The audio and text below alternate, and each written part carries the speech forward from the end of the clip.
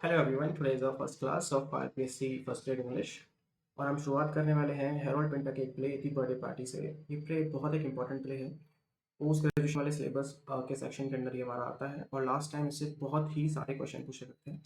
और अभी जो मैंने सिलेबस कवर करने का सोचा है वो इसी ऑर्डर में करने का सोचा है कि सबसे पहले जो इंपॉर्टेंट प्लेज हैं उनको करेंगे, ठीक है। उसके बाद लेस इंपॉर्टेंट वर्क्स जो है उन पर जाएंगे। तो शुरुआत करते हैं हेरोल्ड पिंटर से। हेरोल्ड पिंटर एक ब्रिटिश ड्रामेटिस्ट थे। He was an actor, he was a director. He was born in 1930 in London and he lived for 78 years and he was died in 2008. He died of liver cancer and he has had a really amazing and interesting life. His father was a Jewish British, वो Jew थे from a religion and वो Britain में रहते थे, London में रहते थे। He worked as a ladies tailor। उनके जो फादर थे he was a ladies tailor। Harold Pinter बचपन से ही was not much into studies. He was fond of cricket. He was fond of playing cricket a lot, and he became to be a very he grew to be a very good cricketer. In fact local जो boards होते हैं हमारे, जैसे कि state के cricket boards होते हैं या फिर काउंटीज़ के क्रिकेट बोर्ड्स होते हैं, ऐसे एक बोर्ड के वो क्रिकेट बोर्ड के चेयरमैन भी रहे थे। ठीक है, ये सारी इन्फॉर्मेशन हमारे एग्जाम से रिलेटेड नहीं है, हमारे एग्जाम में नहीं पूछी जाती है, बट हम किसी के बारे में पढ़ रहे हैं तो हमें उसका बैकग्राउंड पता होना चाहिए। और जब हम हेरोल्ड पिंटर पढ़ते हैं आगे, हम बर्थडे पार्टी में भी देखेंगे, तो वहाँ पर क्रिकेट से रिलेटेड रेफरेंसेस आते हैं, ठीक है। वो जब लिखते हैं तो क्रिकेट से रिलेटेड बातें वो करते हैं अपने प्लेस में। उनके वर्क्स इतने इंटरेस्टिंग, इतने फेमस थे, इसी के चलते उनको 2005 में जो है कि नोबेल प्राइज़ भी मिला। यहाँ पे लिखा हुआ है Pinter has a keen interest in cricket, उसकी बात हम कर चुके हैं। हेरोल्ड पिंटर ने अपने लाइफ टाइम में 29 प्लेयर्स लिखे थे और उनकी एक लिस्ट जो है क्रोनोलॉजिकली मैंने दी हुई है। ये मैंने डिकेड वाइज जो है यहाँ पे लिस्ट दी है, ठीक है। तो 9 प्लेस हैं जो 1950 वाले डिकेड में लिखे गए थे। उसके बाद 8 जो 1960 वाले डिकेड में लिखे गए थे। उसके बाद फिर ये 4 प्ले हैं जो 1970 वाले डिकेड में लिखे गए थे, ठीक है। ऐसे ही नीचे 4 प्लेस हैं जो कि 1980 वाले डिकेड में लिखे गए थे। चलिए शुरुआत करते हैं। पहला जो इनका प्ले है द रूम, ये 1957 में पब्लिश हुआ था। इसके बाद सेकंड प्ले जो हम पढ़ने वाले हैं, हमारे सिलेबस का हिस्सा है, द बर्थडे पार्टी, ये 1957 में पब्लिश हुआ था। इसके बाद थर्ड प्ले आता है हमारा the dumb waiter. Fourth is a slight ache and fifth is the hothouse. Sixth is the caretaker. Seventh is a night out. Eighth is night school. Ninth is the Defoe's.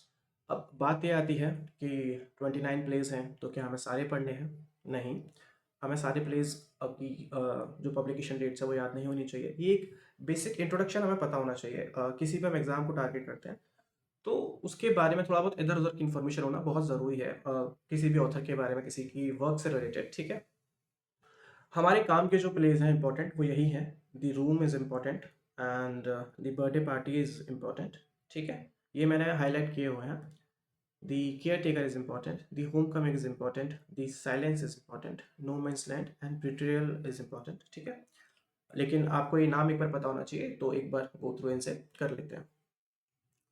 Harold Pinter की जब बात आती है, इनका cricket में interest था, तो he was so much invested into cricket कि इनके जो स्टडी थी, इनका जो रूम था, वहाँ पे एक पर्टिकुलर सेक्शन इनके फोटोग्राफ्स के लिए था डेडिकेटेड, और वो सारे फोटोग्राफ्स वो थे जो इनके क्रिकेट खेलते हुए पोर्ट्रेट्स थे इनके खुद के, राइट। तो इससे पता चलता है कि he was very much into cricket. In fact when he died in 2008। When he died, तो बीबीसी जो रेडियो है, राइट, उस पे एक सेशन हुआ और रेडियो सेशन में हेरोल्ड पिंटर एंड क्रिकेट उसके बारे में बात की गई। मतलब आप सोचिए कि एक ड्रामेटिस्ट हैं, लेकिन उनके ड्रामा के बारे में बात ना करके, उनकी राइटिंग की जर्नी के बारे में बात ना करके, उनकी डेथ पर उनकी क्रिकेट के लिए जो अफेक्शन था, जो इंटरेस्ट था, उसके बारे में बात की जाती है। तो आप समझ सकते हैं कि how much he was into cricket. चलिए, ये सारे प्लेयर्स हैं, आप इसको एक बार देख लीजिएगा। नाम हमें पता होना चाहिए, हम फेमिलियर होना चाहिए, उसके अलावा इससे क्वेश्चंस नहीं आते हैं, ठीक है। अब हेरोल्ड पिंटर के जो प्लेस हैं वो बेसिकली 3 सेक्शन में क्लासिफाई किए जाते हैं। पहला है कॉमेडीज ऑफ मैनस। ये जो वर्ड है पर्टिकुलर, इसको हम पढ़ते हैं मैनस। क्या पढ़ते हैं? मैनस, ठीक है। और 1957 से लेके 1968 तक जो भी प्लेज उन्होंने लिखे, इनको हम कॉमेडीज ऑफ मेनेस में वाले सेक्शन में रखते हैं। टोटल ये कितने प्लेस थे? 16 प्लेस थे। हम ऊपर एक बार देख सकते हैं 1957 टू 1968। तो देखिए 9 प्लेस तो ये हो गए पूरे के पूरे, ठीक है। 1968 यहाँ तक 9 एंड ये हो गए 7 प्लेस, ठीक है। तो कितने हो गए? ये 16 प्लेस हो गए, ठीक है। ये सारे हमारे किस में आते हैं? कॉमेडीज ऑफ मेनेस में जो है हम इन्हें काउंट करते हैं। इसके बाद में 1968 टू 1982 ये जो प्लेस हैं इन्हें हम लिखते हैं मेमोरी प्लेस के अंदर, ठीक है। 1968 का मतलब दी साइलेंस से लेके एंड 1982 तक, ठीक है। दी साइलेंस से लेके 4 ये हो गए फिर यहाँ तक kind of Alaska and Victoria station तक, ये हमारे किस में आते हैं? मेमोरी प्लेस में आते हैं। और इसके बाद थर्ड जो हमने कैटेगराइजेशन किया है वो है ओवरटली पॉलिटिकल प्लेस, ठीक है। तो 1982 के बाद में मतलब कि वन ऑफ द रोड से लेके और यहाँ तक सेलिब्रेशन तक ये जो है ये ओवरटली पॉलिटिकल प्लेस में आएंगे। अब बात ये आती है कि कॉमेडीज ऑफ मेनेस क्या होता है, ठीक है, या मेमोरी प्लेस क्या होते हैं। इस बारे में आइए हम समझते हैं। देखिए ये जो इन्फॉर्मेशन है ये हमारे बैकग्राउंड के लिए, समझने के लिए, अंडरस्टैंडिंग के लिए बहुत ज़रूरी है। एग्जाम में इससे बहुत ज़्यादा क्वेश्चंस नहीं आते हैं, ठीक है। कॉमेडी ऑफ मेनेस, देखिए मेनेस वर्ड का मतलब जो होता है ना वो होता है अप्रोचिंग थ्रेट। क्या होता है? Approaching threat. Mind my hand writing, it is the first time that I'm using this pad, so I'm not much habitual of it. Approaching threat मतलब कि ऐसा लगना कि हमारे ऊपर कोई थ्रेट है ना, कुछ डर का माहौल है, कुछ बहुत ही फियरफुल चीज़ होने वाली है जिसका हमें डर है। इसका एक एग्जांपल लेते हैं। एक छोटा बच्चा स्कूल जाता है और स्कूल जाने से पहले वो डरता है। भाई उसे नहीं पता स्कूल में क्या होगा, बट वो उसको डर है स्कूल का। हो सकता है कोई टीचर उसके साथ मारपीट करे, या कोई टीचर उसे डांटे, या उसके फ्रेंड्स उसे किसी तरह टीज करें, ठीक है। तो ये सारे डर हैं, ठीक है। इसी तरह कॉमेडी ऑफ मेनेस में हमें पता नहीं होता कि क्या अप्रोच करने वाला है, लेकिन we are afraid of something, कि कुछ तो गड़बड़ होने वाली है, कुछ अप्रोचिंग फियर है, ठीक है। ऐसे ही वर्क और ऐसे ही सिचुएशन से जो फनी एलिमेंट निकलता है, ठीक है, जो जोक्स निकलते हैं, जो लाफ्टर निकलता है, उसी को हम कॉमेडी ऑफ मेनेस कह देते हैं। जैसे एक एग्जांपल हम ले सकते हैं, जैसे Gabbar movie, sorry Sholay movie आप सभी ने देखी होगी। तो उसमें एक सीन आता है जब गब्बर पूछता है कि कितने आदमी थे, एंड दे से कि सरकार 2 और आप सरकार हम 3, and then he takes his pistol and he tries to shoot that person, जो भी होता है, सांबा होता है, कालिया होता है, I don't remember much. And उस टाइम पे वो जो पिस्टल है वो गोली ना चला के वो ऐसे मिस कर जाती है, ठीक है। तो अब सिचुएशन थ्रेट वाली है कि आपको गोली लगने वाली है, आप मरने वाले हो, लेकिन क्या हुआ? पिस्टल मिस कर गई, उसमें से गन से गोली नहीं निकली। तो एक फनी एलिमेंट हो गया। सिचुएशन डेंजर की, अप्रोचिंग डेंजर है, लेकिन वो मिस कर गई तो वो फनी एलिमेंट हो गया, ठीक है। वहां पे एक लाफ्टर क्रिएट होता है। तो ऐसे ही जो एलिमेंट्स होते हैं, ऐसे ही जो वर्क्स होते हैं, उनको बोलते हैं comedy of menace. Comedy of menace में हमारे टोटल 16 प्लेज हैं हैरोल्ड पिंटर के, लेकिन हम सिर्फ बात करेंगे जो बेस्ट नोन वर्क्स हैं उनकी। उसमें सबसे पहले आता है द रूम 1957 में, ये उनका पहला वर्क भी था। उसके बाद है दी बर्थडे पार्टी 1957 में, इसको हम बहुत डिटेल में बहुत अच्छे से पढ़ेंगे, इसके क्वेश्चंस भी करेंगे। उसके बाद थर्ड आता है the caretaker, and then the homecoming, and then the silence, ठीक है। अब बात आती है मेमोरी प्लेस की। देखिए मेमोरी प्लेस वो होते हैं जहाँ पे जो कोर्स ऑफ एक्शन होता है, जो प्ले की स्टोरी होती है वो आगे मूव करती है जब प्रोटैगनिस्ट अपने पास्ट को रिकॉल करता है, ठीक है। जो प्लॉट है वो आगे फॉरवर्ड होता है कब? जब आप पुरानी चीज़ों को याद करके, ठीक है, मेमोराइज करके स्टोरी को आगे बढ़ा रहे हैं। उसमें एक्शन पास्ट में हो चुका है, उसको हम रिकॉल कर रहे हैं, ठीक है। तो ऐसे जो प्लेस होते हैं उनको मेमोरी प्लेस कहते हैं। और बेस्ट नोन मेमोरी प्लेस कौन है हेरोल्ड पिंटर के? ओल्ड टाइम्स है, नो मैंस लैंड है, एंड बिट्रेयल है, ठीक है। अब आते हैं थर्ड, ओवर्टली पॉलिटिकल प्लेस। जिन प्लेस में पॉलिटिक्स की बहुत ज़्यादा बातें हुई हैं, पॉलिटिकल रेफरेंसेज आए हैं, ठीक है, उनको हम ओवर्टली पॉलिटिकल प्लेस वाले सेक्शन में रखते हैं। ये कौन से थे? 1982 से लेके 2000 तक ये जो प्लेस उन्होंने पब्लिश किए वो सारे थे, ठीक है। तो कौन कौन से बेस्ट नोन हमारे ओवर्टली पॉलिटिकल प्लेस हैं? वन फॉर द रोड है जो 1984 में पब्लिश हुआ था। Then there is this mountain language, इसमें कर्डिश पीपल होते हैं, कर्ड एक ट्राइब होती है, ठीक है। कर्ड कह लीजिए, कुर्द कह लीजिए, I can't recall the exact pronunciation. तो उनकी बात यहाँ पे होती है, ठीक है। उसके बाद देन पार्टी टाइम है, moonlight is there, and celebration is there. ये हमारे जो है ओवरटली पॉलिटिकल प्लेस होते हैं। आइए आगे बढ़ते हैं और समझते हैं कॉमेडी ऑफ मेनेस।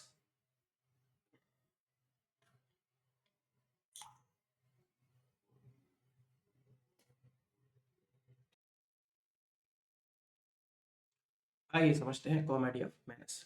देखिए कॉमेडी ऑफ मैनस हमारे 4 राइटर्स जो हैं और उनके कलेक्टिव वर्क्स की जो बॉडी है, उन्होंने जो काम किए उनकी कलेक्टिव बॉडी जो बनी, उसको हम लोग कॉमेडीज़ ऑफ मैनस के नाम से जानते हैं। और ये सारे जो प्लेराइट्स हैं, ये 1950s के ड्यूरिंग जो है वो एक्टिव थे।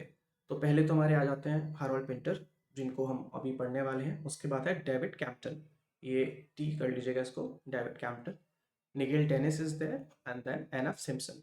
ये एक रिपीटेड क्वेश्चन है, पूछा हुआ क्वेश्चन है, ये अक्सर पूछा जाता है कि कौन कौन से राइटर्स जो हैं उनके वर्क्स को हम कॉमेडी ऑफ मैनस कंसिडर करते हैं। ठीक है, तो इसमें एक दो राइटर्स के नाम अलग से आपको दे दिए जाएंगे और आपसे पूछा जाएगा कि कौन सा इनमें से जो है राइटर के वर्क कॉमेडी ऑफ मैनस में नहीं आते हैं। ठीक है, ये चारों नाम हमारे लिए बहुत इंपॉर्टेंट है और ये आपको 2 4 बार पढ़ेंगे तो याद हो जाएंगे। Harold Pinter is there, David Campton is there, Nigel Dennis is there and N F Simpson is there. एक बेसिक आइडिया जो है कॉमेडी ऑफ मैनस का, वो मैं आपको बता चुका हूँ कि क्या होता है। जहाँ पे अप्रोचिंग थ्रेट होता है, जहाँ पे अप्रोचिंग फियर होता है, फियर के एलिमेंट्स होते हैं। ठीक है, ये जो टर्म था कॉमेडी ऑफ मैनस, ये एक ड्रामा क्रिटिक थे इरविंग वार्डल, इन्होंने जो है कॉइन किया था 1958 में। ठीक है, और कौन सी कहाँ पे जो है इन्होंने ये टर्म कॉइन किया था, एक मैगजीन आती थी एनकोर नाम की, उस मैगजीन के अंदर इन्होंने ये टर्म जो है कॉइन किया था। ये टर्म इन्होंने डेविड कैम्पटन, देखो डेविड कैम्पटन यही वाले डेविड कैम्पटन है जो हमने ऊपर बात की थी। ठीक है, डेविड कैम्पटन का ही एक प्ले था अ ल्यूनाटिक व्यू, कॉमेडी ऑफ मैनस। ठीक है, उसका जो सबटाइटल है ना, वहाँ से इन्होंने लिया डेविड कैम्पटन ये रहा। ठीक है, तो डेविड कैम्पटन का एक प्ले था अ ल्यूनाटिक व्यू, ये तो हो गया प्ले का नाम, और ये हो गया उसका subtitle a comedy of minus. तो यहाँ से उन्होंने जो इरविंग वार्डल ने कॉमेडी ऑफ मैनस टर्म को कॉइन डराइव किया। ठीक है, ये मैगजीन का नाम याद रखना बहुत ही इंपॉर्टेंट जो है मैगजीन का नाम है, एक क्वेश्चन में पूछा जाता है। ये भी पूछा जाता है कि कौन से ईयर में कॉइन किया। ठीक है, तो 1958 भी हमें याद रखना है। ठीक है, डेविड कैम्पटन का जो सबटाइटल था कॉमेडी ऑफ मैनस, ये एक जॉक्यूलर वे में था, derive from comedy of minus.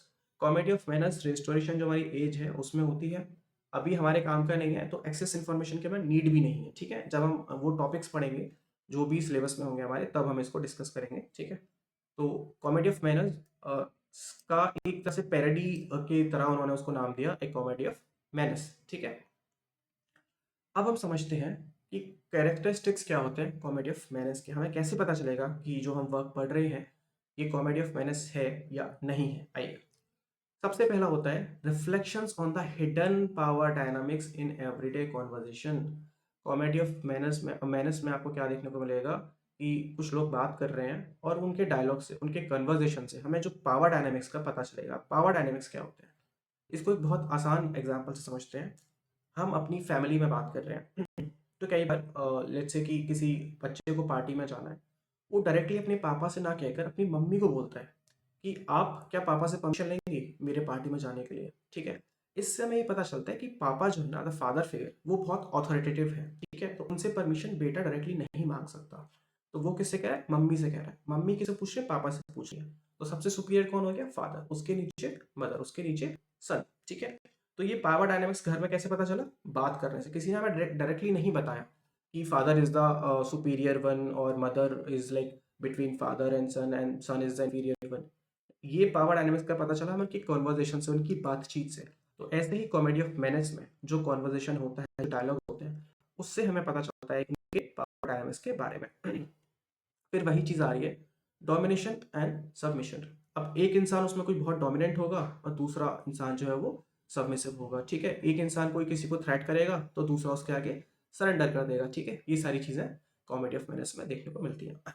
Silence and possess, जब कॉन्वर्जेशन होता है, जब बात होती है, तो उसमें साइलेंस एंड पॉजेज बहुत सारे देखने को मिलते हैं। बात करते करते ऊ एकदम पॉज, कुछ भी बात नहीं कर रहे हैं ना, ये सारी चीज़ें हमें देखने को मिलती हैं। उससे पता चलता है कि कॉमेडी ऑफ मैनर्स हो सकता है। Then elusive past. Elusive past का मतलब किसी भी कैरेक्टर के पास्ट के बारे में बहुत सारी इंफॉर्मेशन ना होना, उसके पास्ट में एक मिस्ट्री होना। ठीक है, जैसे हम जो भी डिटेक्टिव नॉवेल्स पढ़ते हैं, डिटेक्टिव मूवीज देखते हैं, स्टोरीज पढ़ते हैं, उसमें कई कैरेक्टर्स ऐसे होते हैं जिनके बारे में मिस्ट्री क्रिएट की जाती है ना। हमें नहीं पता होता कि पास्ट में कहाँ से आए, क्या किया है, बहुत चीज़ें छिपा के रखी जाती हैं। तो ऐसी ही चीज़ें जो है कि कॉमेडी ऑफ मैनर्स में भी हमें देखने को मिलती है। वहाँ कैरेक्टर्स के बारे में, उनके पास्ट के बारे में बहुत इन्फॉर्मेशन नहीं होती, तो वो एक मिस्टीरियस चीज़ होती है। हम या रीडर जो है वो गैस करता रहता है कि क्या हो सकता है, ठीक है, ऐसा हुआ होगा वैसा हुआ, एक सस्पेंस की सिचुएशन वहां पर होती है। उसके बाद है committed agents as the source of threat and destruction. Threat और डिस्ट्रक्शन के लिए कुछ कैरेक्टर्स होंगे, कुछ सिचुएशंस होंगी जहां पे कि बहुत थ्रेट एंड डिस्ट्रक्शन होगा, है ना, उसके लिए एजेंट्स होंगे। And the victims trying to defend themselves and sometimes surrender themselves. और जो भी विक्टिम होगा उस थ्रेट का, उस डिस्ट्रक्शन का, है ना, वो या तो खुद को डिफेंड करेगा, है ना, या फिर वो सरेंडर कर देगा। ऐसी सिचुएशंस यहाँ पर आएंगी। थ्रेट होता है, टेरर होता है, फियर होता है, और है देखो एक लोग, कोई एक इंसान धमकाएगा, जो डोमिनेंट होगा वो सबमिसिव वाले को धमकाएगा, उसको कुछ बोलेगा।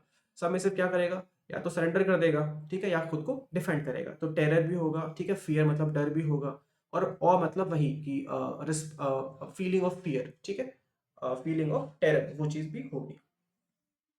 उसके बाद है unpredictable and irrational behaviour of the characters. Characters का जो बिहेवियर होगा वो अनप्रेडिक्टेबल होगा, मतलब एक मोमेंट पर कुछ कर रहे हैं, सेकंड मोमेंट पे कोई दूसरी चीज कर रहे हैं जो कि पहली चीज से कनेक्ट ही नहीं कर रही है। आप बात करते करते कभी कुछ बोला, दूसरा जो डायलॉग होगा वो पहली बात से रिलेट ही नहीं करेगा। इनकोहेरेंस हमें बहुत मिलेगी उसमें देखने को, है ना, कोई भी चीज फ्लो में नहीं चलेगी। एक वक्त पे कुछ बात कर रहा है, दूसरे वक्त पे कोई दूसरी बात करने लगेगा जो कि आपस में रिलेटेड ही नहीं है, जो कि सिचुएशन से रिलेटेड ही नहीं है, ठीक है। तो ये चीज हमें बहुत देखने को मिलती है कॉमेडी ऑफ मैनर्स में। उसके बाद है underline sense of unease and anxiety. Characters के अंदर ये वाला सेंस होगा कि कुछ गड़बड़ हो सकती है, कुछ तो गलत हो सकता है ना, तो वो डर वाला जो माहौल है ना, वो एक मीम भी आता है कि डर का माहौल है ना, तो वो वाली चीज जो है इसमें वो देखने को मिलती है, ठीक है। ये हमारे कैरेक्टर्स होते हैं किसके, कॉमेडी मैनर्स के।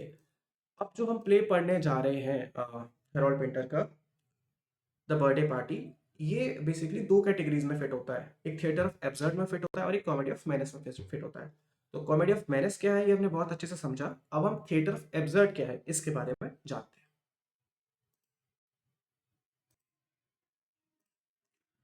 आइए थिएटर ऑफ एब्सर्ड को समझते हैं। देखिए सबसे पहले हम समझते हैं कि एब्सर्ड जो वर्ड है ना, इसका क्या मतलब होता है। एब्सर्ड वर्ड का मतलब होता है मीनिंगलेस, बेतुका, ठीक है, जिसका कोई सेंस नहीं है, सेंसलेस। तो जहाँ पे सेंसलेस बातें हो रही हैं, सेंसलेस कॉन्वर्जेशन हो रहा है, सेंसलेस डायलॉग्स हो रहे हैं, सेंसलेस सिचुएशन है ना, कैरेक्टर्स कुछ भी सेंसलेस सेंसलेस एक्शंस कर रहे हैं, उसको हम बोलते हैं थिएटर ऑफ एब्सर्ड, ठीक है।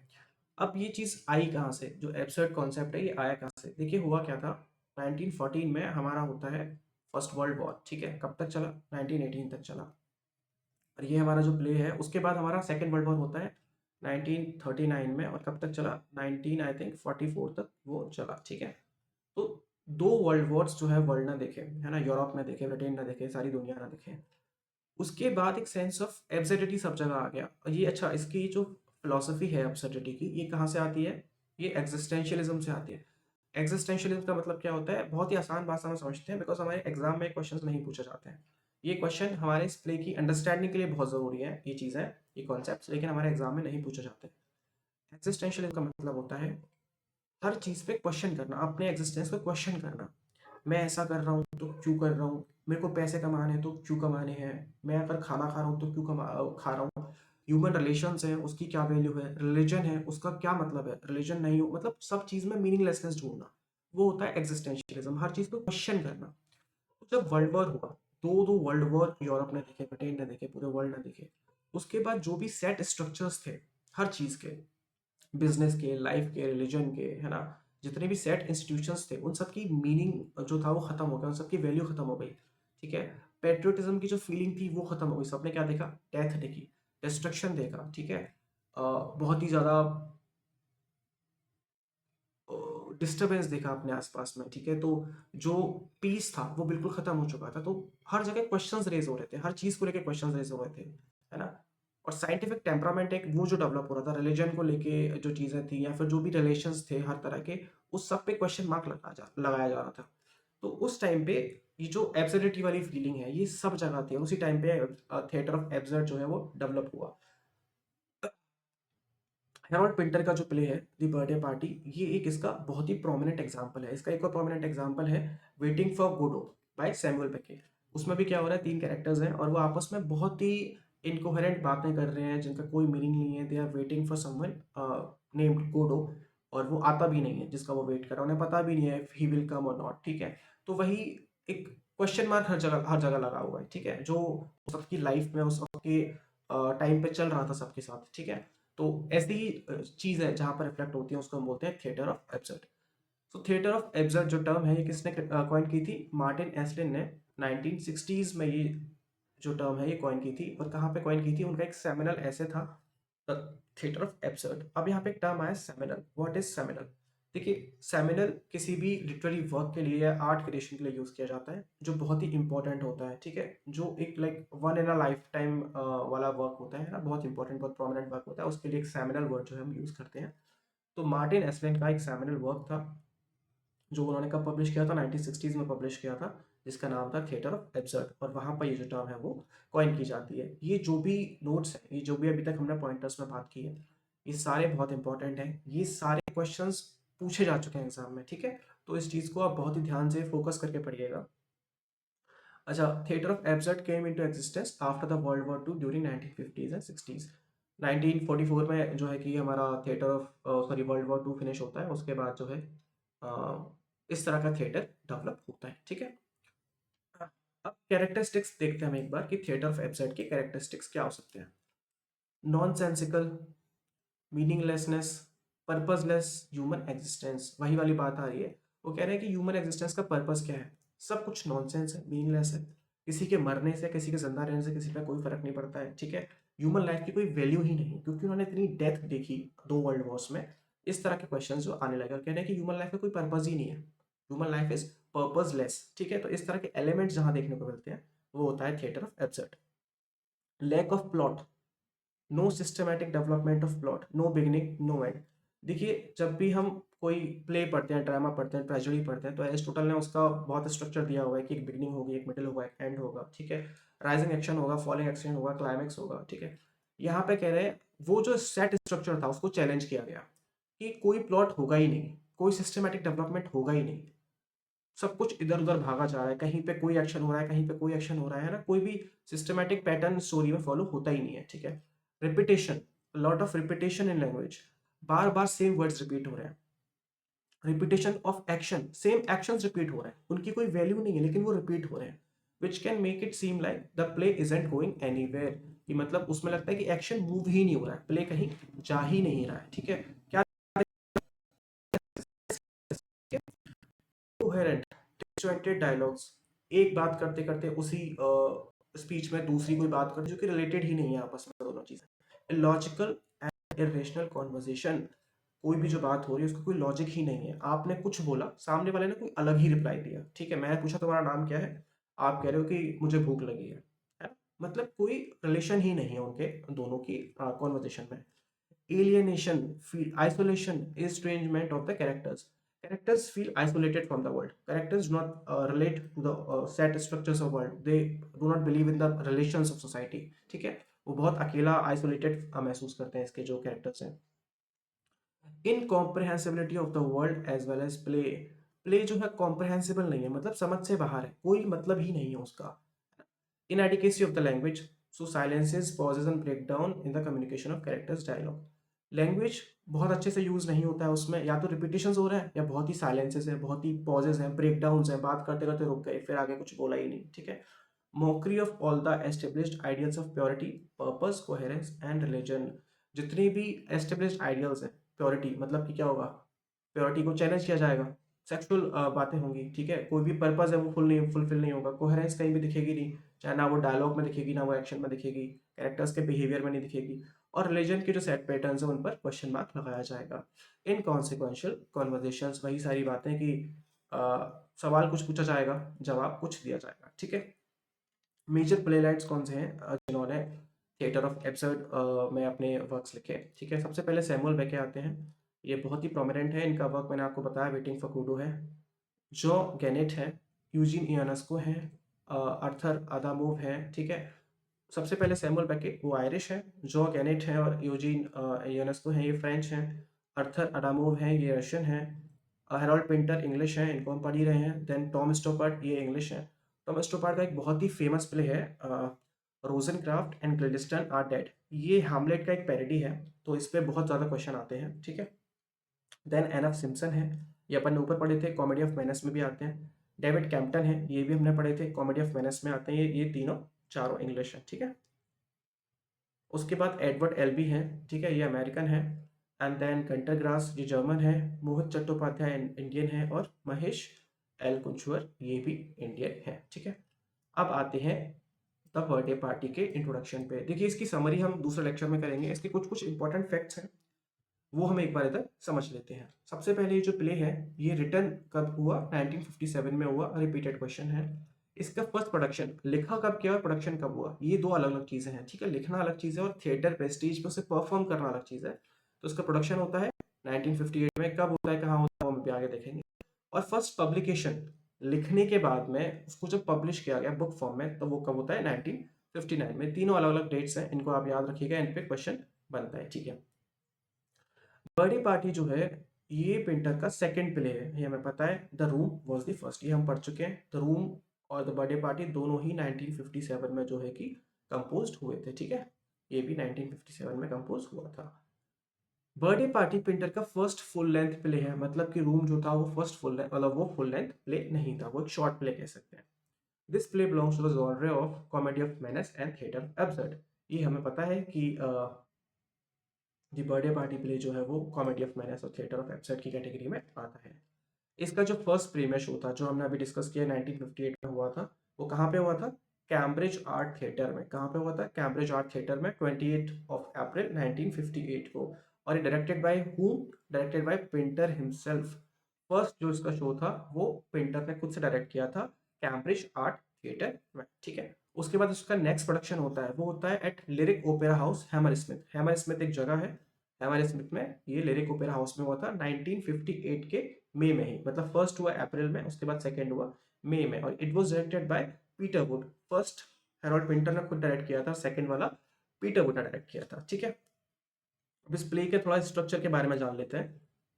प्ले में 3 एक्ट्स हैं, ये क्वेश्चन पूछा हुआ है ये भी कि प्ले में कितने एक्ट्स हैं। तो प्ले में 3 एक्ट्स हैं और सीन्स का कोई सब डिविजन नहीं है, मतलब सिर्फ एक्ट दिए हुए हैं। यूजुअली क्या होता है, एक एक्ट है, एक्ट के अंदर सीन्स होते हैं, लेकिन यहाँ पे ऐसा नहीं है, सिर्फ 3 एक्ट दिए हुए हैं, उसके अंदर कोई सीन नहीं दिया हुआ है, ठीक है।